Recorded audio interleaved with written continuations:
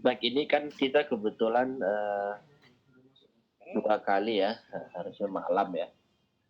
Kalau memang kita bersepakat, kita habiskan materi sampai ada 2 materi sore ini ya, atau ini menurut kesepakatan kita bersama saja, apakah nanti memang mau dilanjutkan setelah maghrib atau kita habiskan 2 materi ini sampai menjelang maghrib.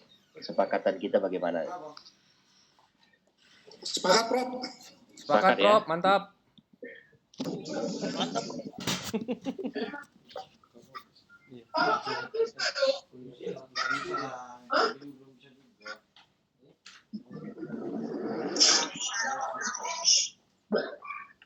Baik.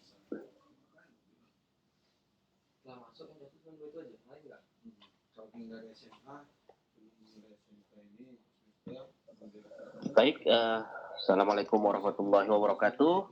Selamat sore, salam damai sejahtera bagi kita semua. Perkenalkan saya EKNAM Sihombing ya.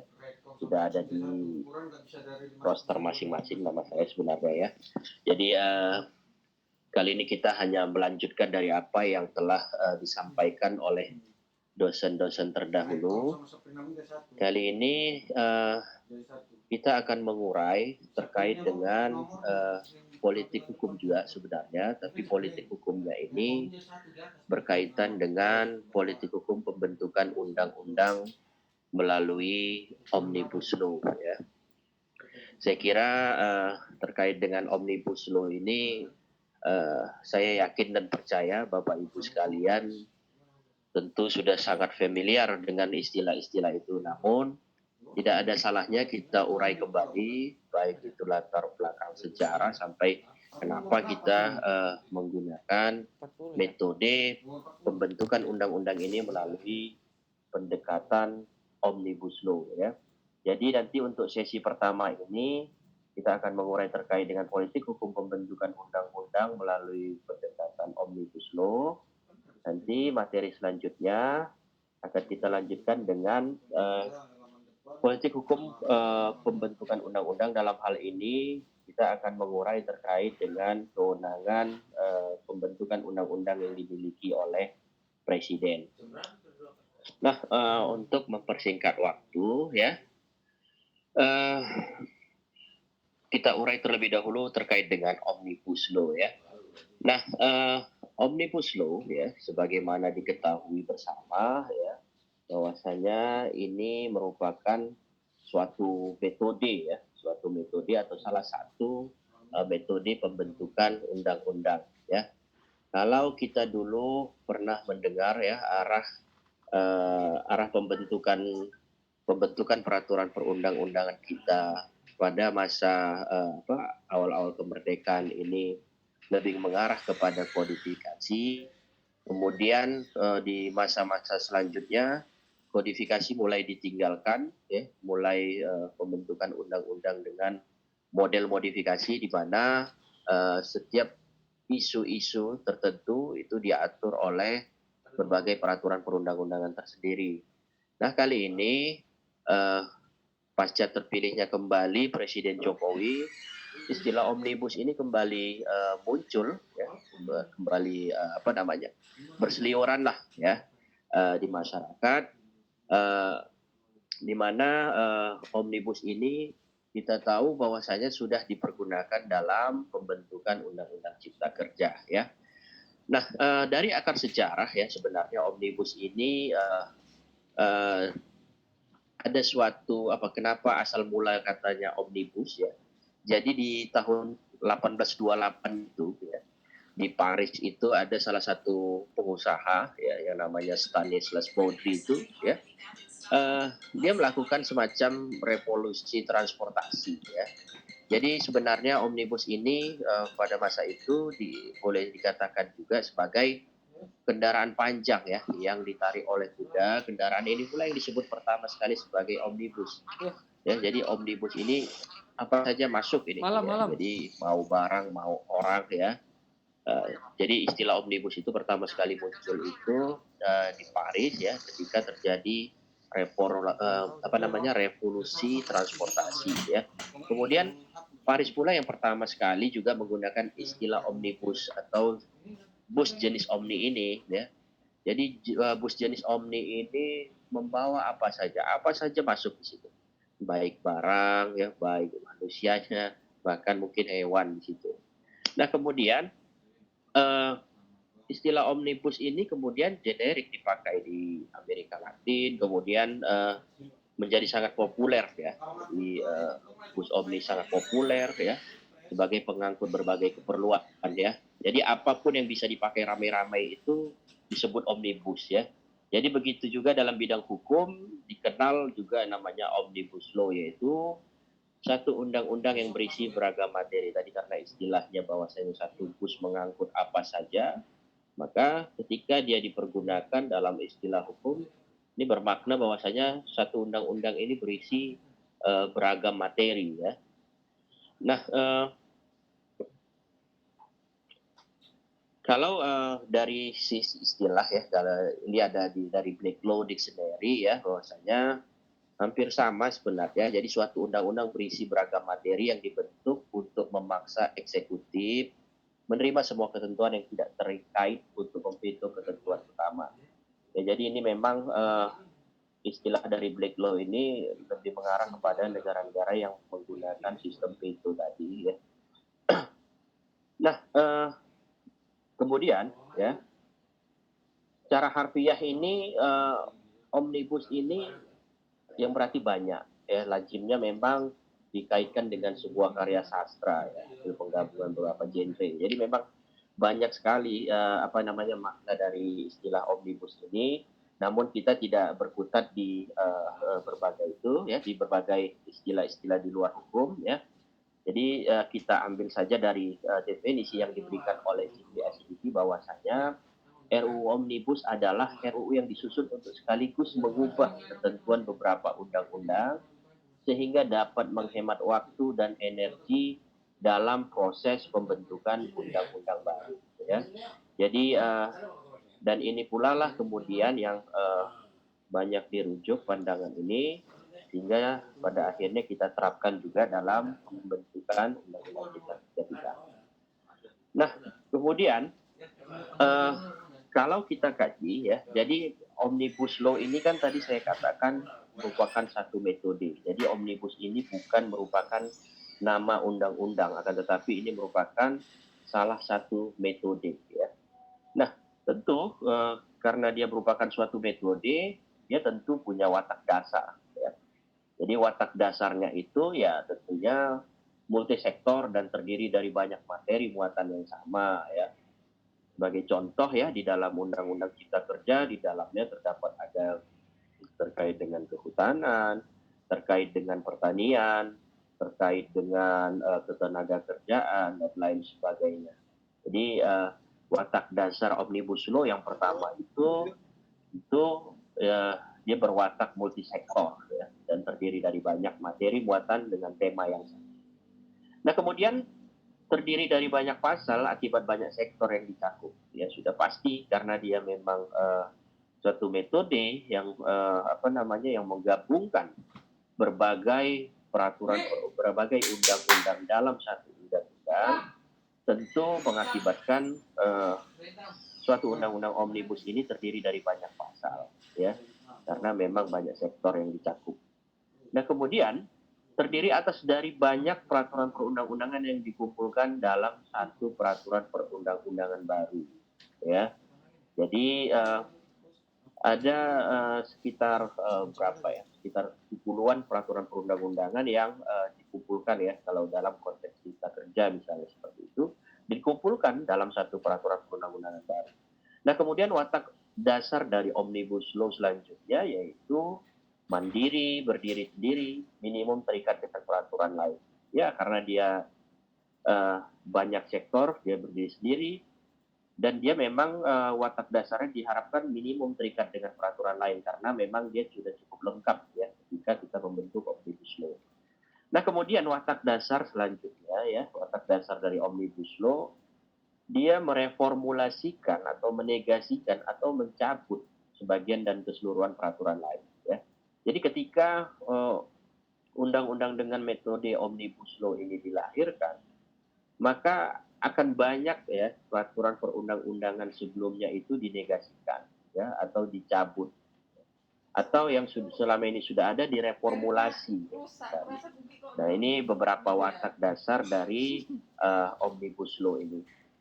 Nah, kemudian sebenarnya ya praktek-praktek omnibus ini bukan hanya dilakukan oleh kita sendiri ya Indonesia, tapi sebelumnya sudah dipraktekkan di beberapa negara ya. Seperti misalnya di Amerika Serikat sendiri itu ya itu dianggap telah melakukan yang namanya metode pembentukan dengan metode omnibus law ini bahkan di tahun 1850 ya, sudah dimulai mereka.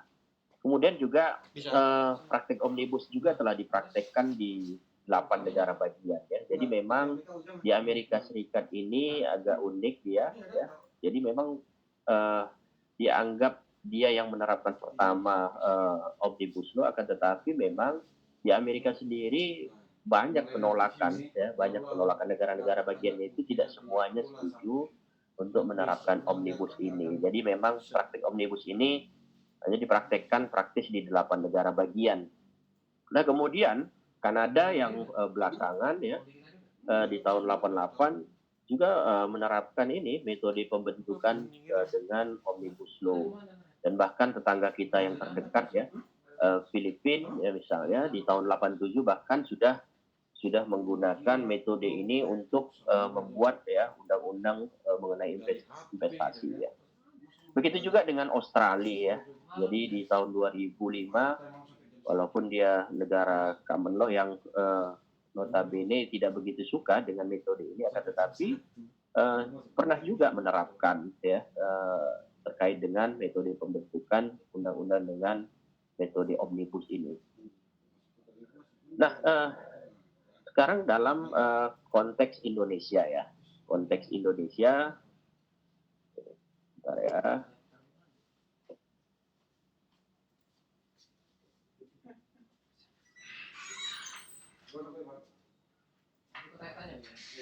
Nah, dalam konteks Indonesia, kenapa omnibus law Indonesia ini di Indonesia ini dipergunakan ya, atau kenapa kita adopsi ya metode omnibus ini di Indonesia? Nah, ini tidak lain ya dan tidak bukan karena kondisi existing peraturan-peraturan perundang-undangan kita ini sudah mengalami yang namanya obesitas ya. Yang namanya obesitas tentu tidak akan bisa bergerak lebih kencang ya. Dan ketika itu peraturan perundang-undangan kita mengalami obesitas, tentu akan banyak peraturan perundang-undangan yang potensial tumpang tindih ya. Ini padahal data di Oktober ya, di Oktober 2020 peraturan tingkat pusatnya juga saja sudah 57-an ribu ya. Kemudian peraturan tingkat daerah itu ada sekitar 183 ribu ya. Nah ini tentu yang saya yakin dan percaya untuk peraturan tingkat daerah ini jumlahnya pasti jauh lebih besar ya, karena ini peraturan-peraturan tingkat daerah yang memang di-input oleh daerah-daerah yang memang tergabung dalam jaringan dokumentasi informasi keuangan. Tetapi kalau yang tidak tergabung itu jauh lebih banyak lagi seperti itu. Nah, kemudian ya karena kita mengalami obesitas regulasi ya, jadi pada saat ini baik dari sisi kuantitas maupun kualitas itu cukup memprihatinkan ya. Kemudian dari sisi kuantitas, keprihatinan ini terkait dengan jumlah regulasi yang terlalu banyak ya, overregulasi. Kemudian tentu terlalu banyak regulasi berpotensi berpengaruh terhadap kualitas regulasi yang buruk ya. Pasti kalau sangat banyak peraturan perundang-undangan, potensi disharmoni itu pasti lebih besar ya. Nah kemudian regulasi yang buruk juga ikut memberikan kontribusi negatif bagi pelaksanaan kehidupan berbangsa dan bernegara ya. Jadi tumpang tindih antar aturan itu, banyaknya aturan itu bukan berarti menyelesaikan masalah, justru dengan banyaknya peraturan perundang-undangan yang saling disharmoni ini pada akhirnya akan memberikan kontribusi negatif bagi pelaksanaan kehidupan berbangsa dan bernegara. Nah, tentu ada beberapa tata cara ya bagaimana mengatasi overregulasi. Jadi jangan ada anggapan lagi mulai sekarang jangan berpikiran bahwa regulasi itu mengatasi semua permasalahan hukum ya. Bahkan justru semakin banyak regulasi, semakin mengekang kita dan semakin berpotensi untuk timbul konflik. Ini dikatakan di Cipto ya. Bahwa dilakukan untuk mengatasi regulasi itu dilakukan simplifikasi. Simplifikasi ini itu seperti penyederhanaan regulasi dengan pemangkasan regulasi. Nah, pemangkasan regulasi dapat dilakukan melalui pendekatan omnibus law atau boleh dikatakan sebagai regulasi sapu jagat seperti itu. Ya. Nah, sekarang kan banyak pertanyaannya ya, walaupun memang sudah diterapkan, namun ketika pada saat sebelum diundangkan Undang-Undang Cipta Kerja banyak pertanyaan apakah bisa diterapkan omnibus law ini ya. Nah sebenarnya terkait dengan pertanyaan ini orang selalu mengkaitkan dengan tradisi sistem hukum ya antara common law dan versus civil law ya. Tadi awal mulanya dari common law kemudian kok bisa berkembang ke civil law seperti itu.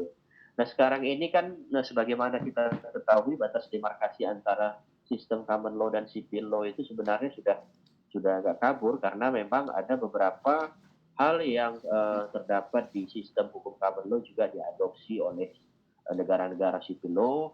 Begitu juga sebaliknya ya sehingga batas demarkasi antara civil law dan common law itu sebenarnya tidak bisa dipisahkan secara tegas lagi.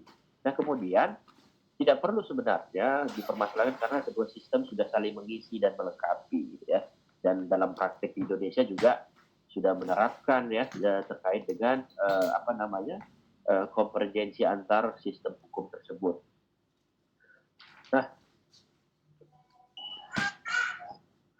Nah, di Indonesia sebenarnya untuk omnibus pembentukan undang-undang atau pembentukan peraturan perundang-undangan yang menggunakan metode omnibus ini sebenarnya sudah kita sadari sudah dilakukan sebenarnya ya, di mana pada saat paket kebijakan ekonomi memang ini terbatas pada peraturan pemerintah ke bawah ya. Ada sekitar kurang lebih 222 regulasi yang dipangkas ya. Kemudian karena memang paket kebijakan ekonomi ini tingkatannya dari peraturan pemerintah ke bawah, maka tidak begitu sulit untuk melakukan penggabungan dengan metode omnibus ini. Berbeda halnya dengan undang-undang yang dibuat bersama DPR, tentu koordinasi lebih panjang tarik ulur kepentingan. Ya. Jadi memang relatif lebih mudah apabila kita melakukan pembentukan peraturan perundang-undangan di bawah undang-undang dengan metode omnibus ketimbang memang undang-undang itu sendiri ya. Nah kemudian ini contoh juga ya bahwasanya pola pembentukan undang-undang menggabungkan dua atau lebih materi muatan dalam Undang-Undang Negara Republik Indonesia tahun 1945. Kemudian juga kita juga punya pengalaman sebenarnya ini dianggap juga di Undang-Undang 23 tahun 2014 ini tentang pemerintahan daerah ini juga merupakan salah satu undang-undang yang menggunakan metode omnibus. Cuma memang terbatas ya, misalnya menggabungkan beberapa hal di Undang-Undang MD3 misalnya. Nah kemudian UU Pemda juga berdampak pada 4 undang-undang yang sudah ada sebelumnya, yaitu misalnya Undang-Undang Perusahaan Daerah, ya kemudian terkait dengan pajak daerah dan retribusi daerah. Ya, jadi sebenarnya kita sudah sebelum adanya Undang-Undang Cipta Kerja ini sebenarnya kita sudah melakukan metode omnibus ini sebenarnya. Nah, ini contoh yang lain lagi ya, Undang-Undang Ketenagakerjaan. Ya, walaupun Undang-Undang Ketenagakerjaan sekarang juga masuk di Undang-Undang Cipta Kerja. Jadi Undang-Undang Ketenagakerjaan itu juga merupakan salah satu juga ya undang-undang yang menggunakan metode omnibus ya. Dia mencabut 6 ordonansi dan 9 undang-undang ya. Walaupun sekarang ini juga dia dimasukkan kembali dalam Undang-Undang Cipta Kerja menjadi klaster baru. Nah, kemudian ini contoh-contohnya ya. Nah, yang namanya metode tentu punya kelebihan lah dan kekurangannya masing-masing ya. Di mana kalau omnibus law ada beberapa ahli yang menyatakan bahwasanya kelebihan omnibus ini terkait dengan efisiensi waktu ya. Kemudian peraturan perundang-undangan yang dapat ditata menjadi lebih harmonis ya, karena memang disatukan dalam satu undang-undang. Kemudian keuntungan yang dinikmati oleh para stakeholder akibat dan harmonisnya peraturan perundang-undangan. Nah, kemudian dapat lebih mudah dimengerti dan diimplementasi itu menurut para ahli boleh berbeda pendapat. Nah, kemudian tentu omnibus juga punya kekurangan. Ada beberapa hal yang disampaikan oleh para ahli bahwasanya kekurangan-kekurangannya itu materi yang terlalu banyak ini mengakibatkan pembahasan tidak mendalam. Ya, ya ketika Undang-Undang Cipta Kerja hadir, ya banyak juga anggapan masyarakat yang menyatakan bahwasanya ada beberapa materi yang tidak dibahas secara mendalam sehingga akhirnya pengaturannya tidak optimal misalnya. Nah, kemudian kekurangan selanjutnya juga karena waktu sangat terbatas dan dibatasi menurut tahapan-tahapan yang telah ditentukan ya. Jadi dengan tahapan-tahapan yang terbatas itu tentu mengakibatkan tadi karena memang dibahas tidak mendalam akhirnya karena kepengen cepat ya semuanya tentu ada hal-hal yang apa namanya kekurangan-kekurangan yang dimilikinya. Kemudian eh, omnibus ini juga dianggap kekurangannya adalah pelibatan dari partisipasi publik menjadi terhambat baik secara formal maupun substansi ya.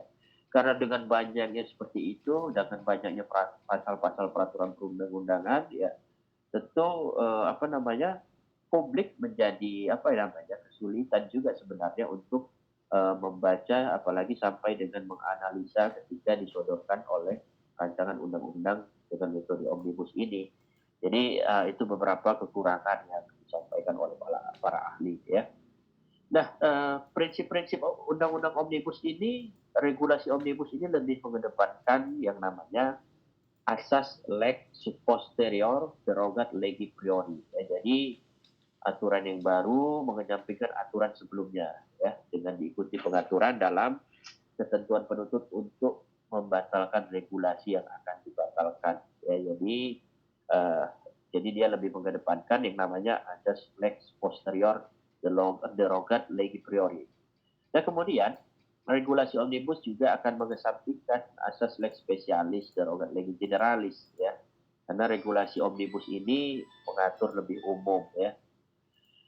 Nah, sebenarnya ada pandangan ahli yang menyatakan bahwasanya omnibus yang ideal ini bukan seperti undang-undang cipta kerja ini misalnya seperti itu ya.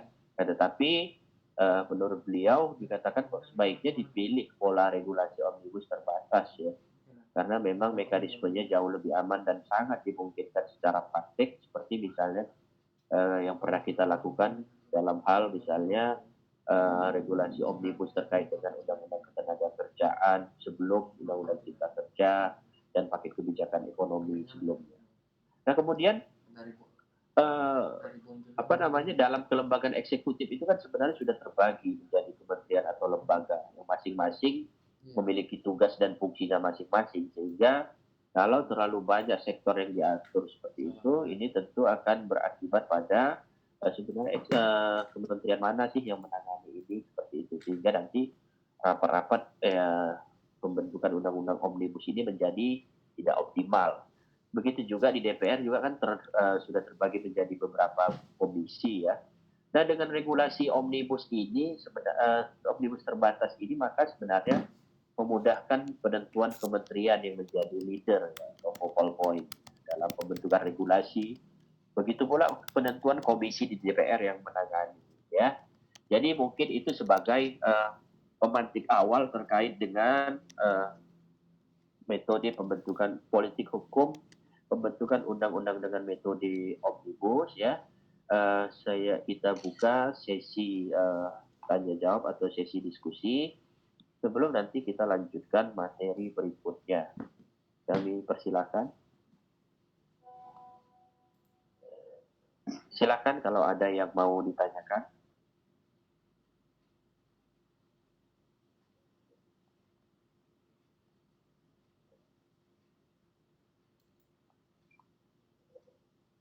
Atau kita lanjut dulu dengan materi berikutnya.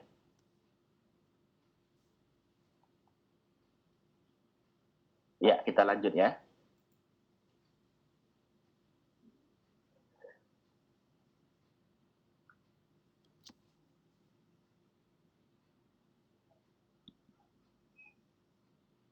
Oke, ya. Kali ini kita akan mengurai terkait dengan politik hukum, masih politik hukum pembentukan peraturan perundang-undangan. Kali ini kita akan mengurai terkait dengan kewenangan presiden dalam membentuk undang-undang dalam sistem presidensial. Ya, sebagaimana diketahui ya bahwasanya sebelum sampai ke kewenangan presiden membentuk undang-undang, ya ada baiknya kita ketahui terlebih dahulu kenapa sih kita memilih misalnya sistem presidensial ya. Jadi kalau kita baca menurut Samsudin Bahar ya, sebenarnya alternatif terhadap dipilihnya sistem presidensial ini sebenarnya merupakan dari alternatif terhadap sistem pemerintahan parlementer, karena memang pada saat awal-awal kemerdekaan itu ya sistem dengan pemerintahan parlementer ini dianggap relatif tidak stabil, sehingga pada saat itu Indonesia memilih sistem pemerintahan presidensial, walaupun pada saat ini sebenarnya di sistem pemerintahan parlementer juga relatif stabil, namun memang pada saat itu ya, pada saat awal kemerdekaan ketika kita mau memilih sistem presidensial, memang pada saat itu sistem pemerintahan parlementer itu banyak yang relatif tidak stabil. Nah kemudian sistem presidensial ini dianggap dirasa mampu mewadahi suara-suara apa?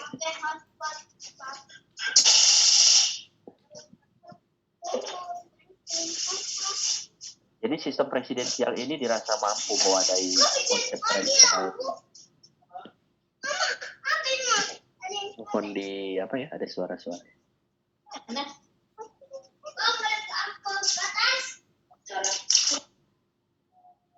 Oke ya.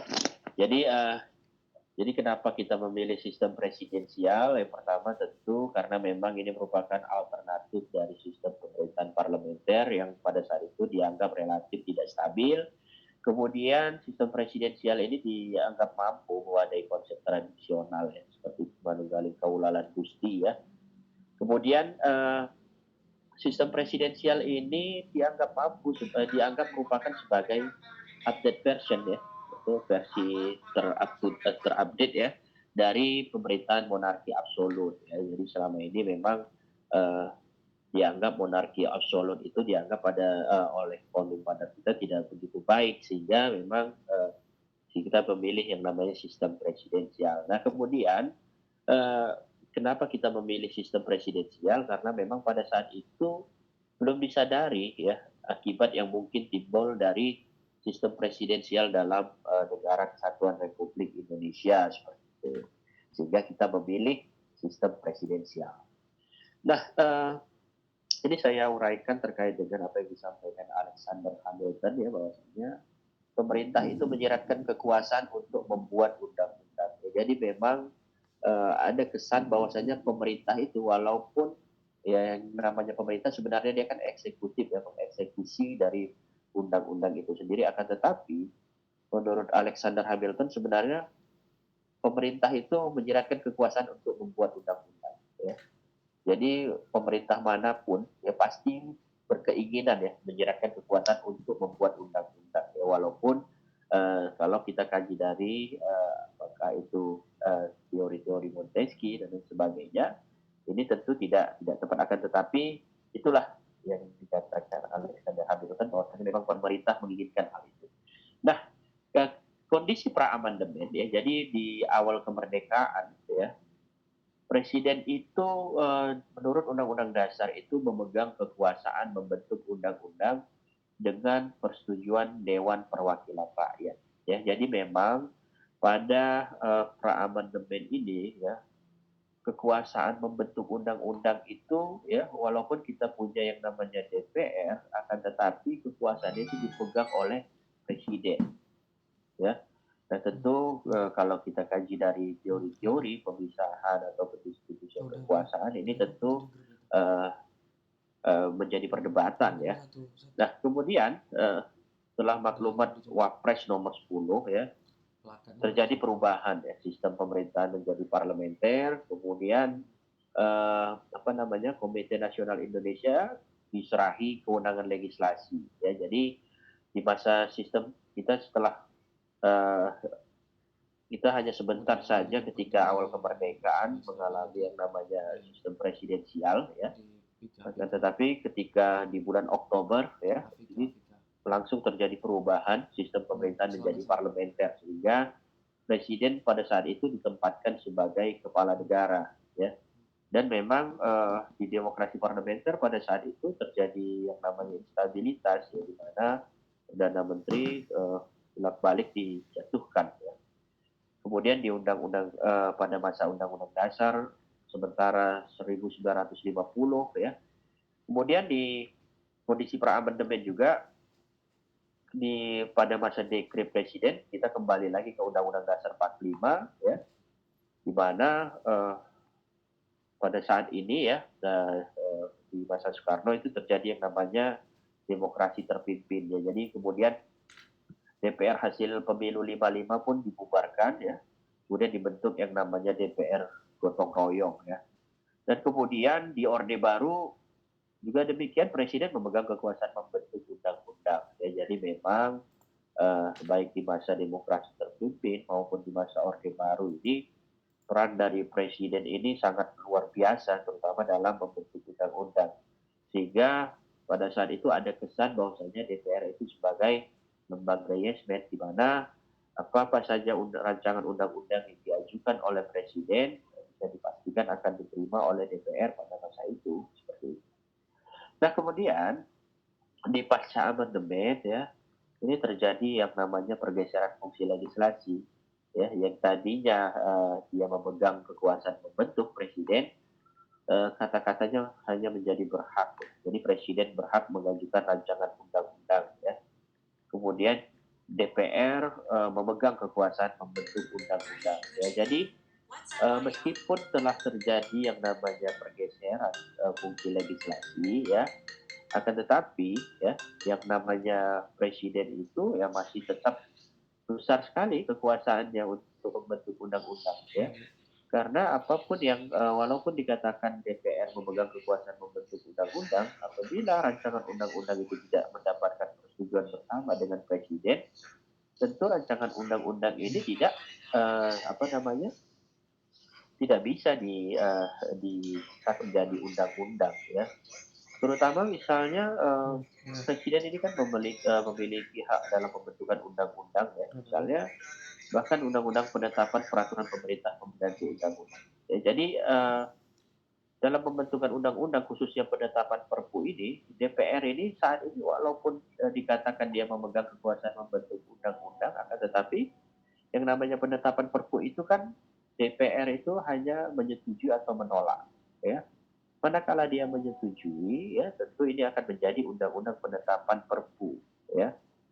Kalau dia menolak, tentu ini tidak menjadi undang-undang, harus ditarik kembali. Nah, ketika dia mau ditetapkan sebagai Perpu, DPR seolah tidak berdaya di sini, ya, sehingga memang walaupun dikatakan telah terjadi pergeseran fungsi legislasi, ya, dari presiden berhak mengajukan rancangan undang-undang dan DPR memegang kekuasaan membentuk undang-undang, akan tetapi memang presiden ini kekuasaannya sangat besar sekali dalam hal pembentukan undang-undang ya.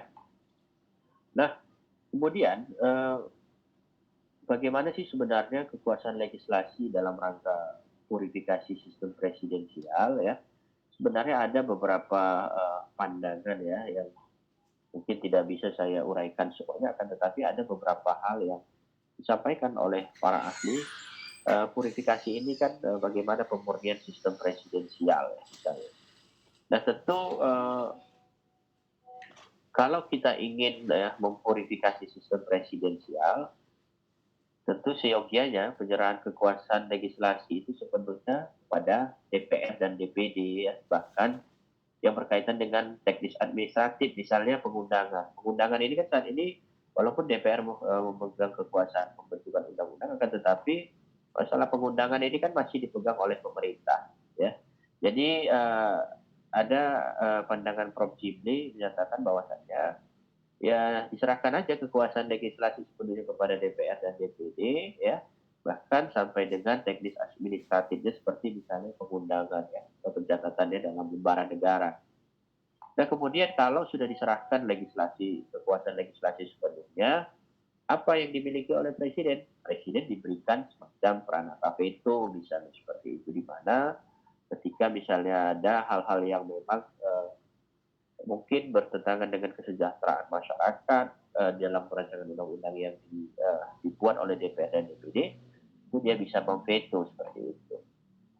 Nah kemudian tentunya bagaimana purifikasi sistem presidensial, tentu perlu dilakukan penguatan kekuasaan legislasi DPD dan DPR. Ya.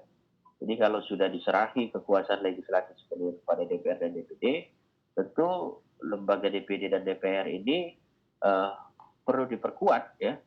Apakah itu dari sisi komposisi atau mungkin dari sisi kewenangannya. Ya, jadi itu beberapa hal yang terkait dengan kewenangan membentuk undang-undang dalam sistem presidensial, ya.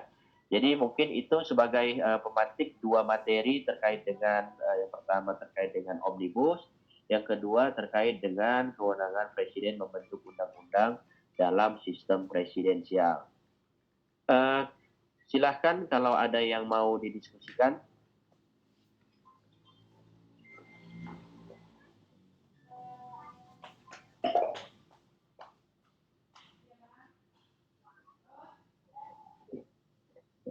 Ya, jadi nanti mohon izin, ini kita kan sudah dua materi kita sampaikan, nanti mungkin yang pukul 19 kita padakan sampai dengan maghrib ini saja ya.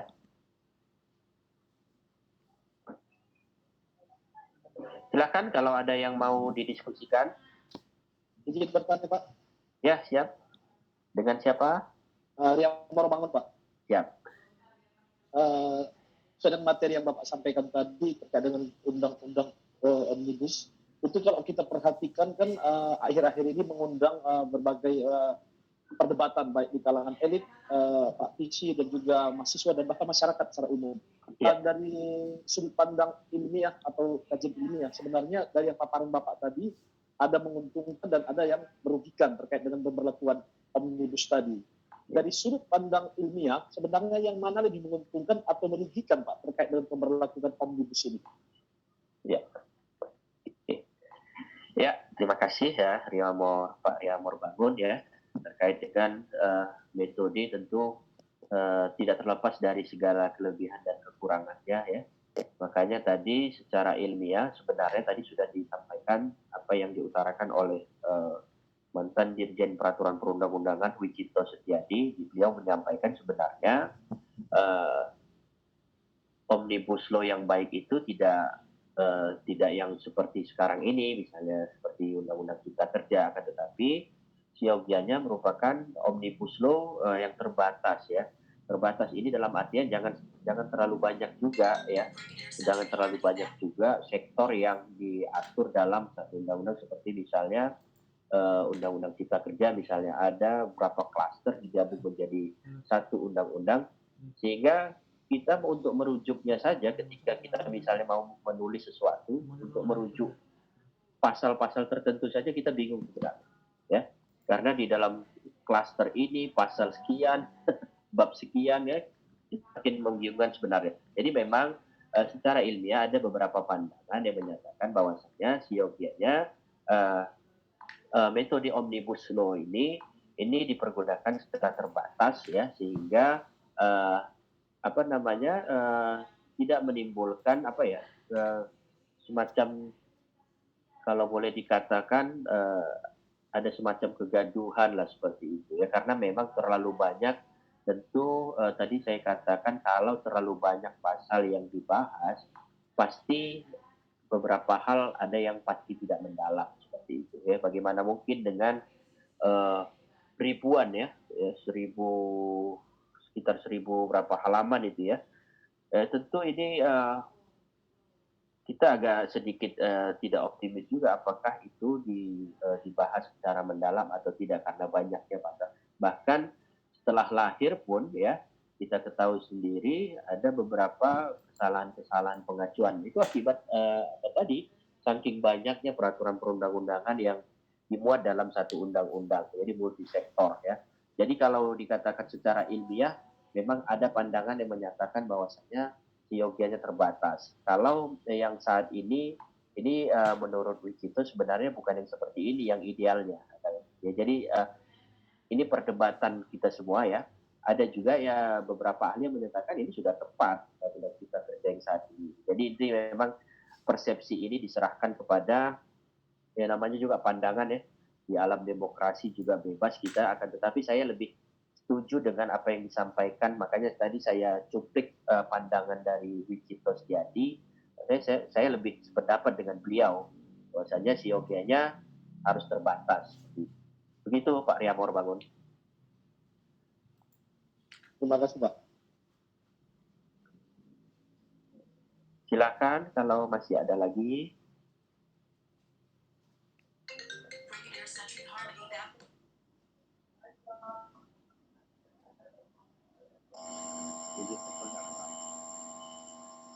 Kalau memang tidak ada lagi, saya print screen dulu ya.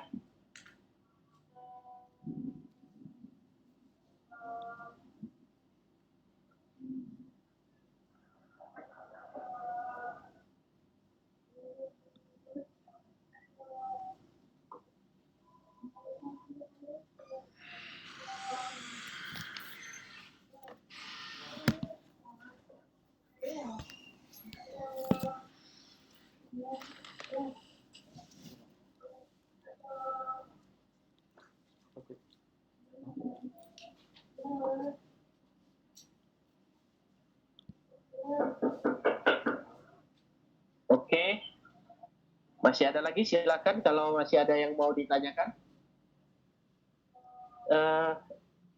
Ini komting kita semua berapa orang ya, Pak Bani? 29 Pak, izin Pak. 29 ya.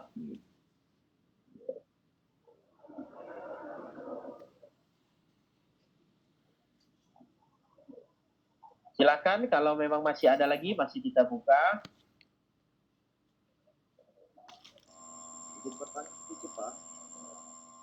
Oke. Kalau memang tidak ada lagi, kita sudahi. Terima kasih atas atensinya ya. Sampai bertemu insya Allah minggu depan ya. Selamat sore, salam damai sejahtera bagi kita semua dan salam sehat selalu. Selamat sore Pak. Selamat sore Pak. Terima Terima kasih kasih Prof. Terima kasih Pak.